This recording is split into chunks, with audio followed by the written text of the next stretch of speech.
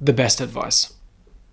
I've spent the last 6 months with the NIDA grads, and my brain has just it's once again been shifting from my own work to how can I help these performers progress best. So it's therefore important for me, being on the other side of the curtain, to be clear about what's most worth investing valuable time and resources into. So let's get clear. What is the best advice I can give to an actor right now? Focus on being the best, and everything else will take care of itself. What do I mean? There are many things in combination that can help build a sustainable career: kindness, agents, social media, networking, etc. However, kindness alone won't build a sustainable career for you. Agents alone won't build a sustainable career for you. Social media, networking alone won't build a sustainable career for you. At the end of the day, at some point on set or in the casting room, everything will go quiet. Everyone will stop what they're doing and they will look at you, and a camera will be pointed on your face, and someone will say, "Action." If in this moment you are able to give your best work, your most generous work, the career will build itself. The work will come, the money will flow, agents will beat down your door, lovely relationships with great colleagues will develop, companies will fight for you to wear their clothes. Yeah. Social media followers will frantically click buttons, and yeah, you get the point. Okay. What I'm trying to say is acting skills. Yeah, your ability to actually act on cue. Your ability to give your most generous work in between action and cut. That's the thing. That's the thing worth focusing on most. And yeah, it's been said before, be so good they can't ignore you. And I really do think that we inherently know this, but it's easy enough to just say, like, yeah, be really great at acting. It's much harder to turn this into an actionable process. And there are teachers all around the world, classes running late into the night, many decade-old acting books being combed through, all giving their 2 cents on how to get better. But how the hell do we know what to actually focus on? Well, I guess this is where individual choice comes in, okay?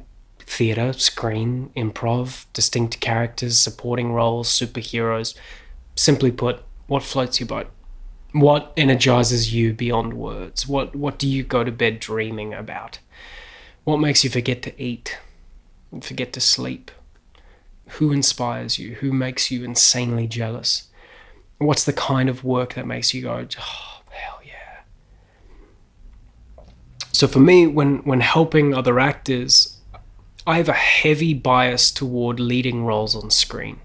Okay, so for today, let's just go down that rabbit hole. Let's just pretend that you want to get as good as you possibly can at playing leading roles on screen. Clear. Well, what skills does one need to get good at in order to give leading role caliber work? There are 3 main areas one needs to become proficient at in order to give leading role level work. 1. Darkness. Ownership of fear, your shadow. All the parts of yourself that you judge as bad or wrong. Can you channel this and allow pure fear to flow out of you on demand? 2. Light. Ownership of light, vulnerability, love, all parts of yourself that requires you to surrender to the human standing opposite you. Can you channel this and allow pure love to flow out of you on demand? Okay, so we have darkness and we have light. light and darkness, right? The boy and the beast, so to speak. These are 2 out of the 3 main areas, right? And a heavy amount of training steers in the direction of these 2 skills. Many a class have I sat in until the early hours of the morning, literally, watching teachers push and pull actors into the extremities of these 2 areas.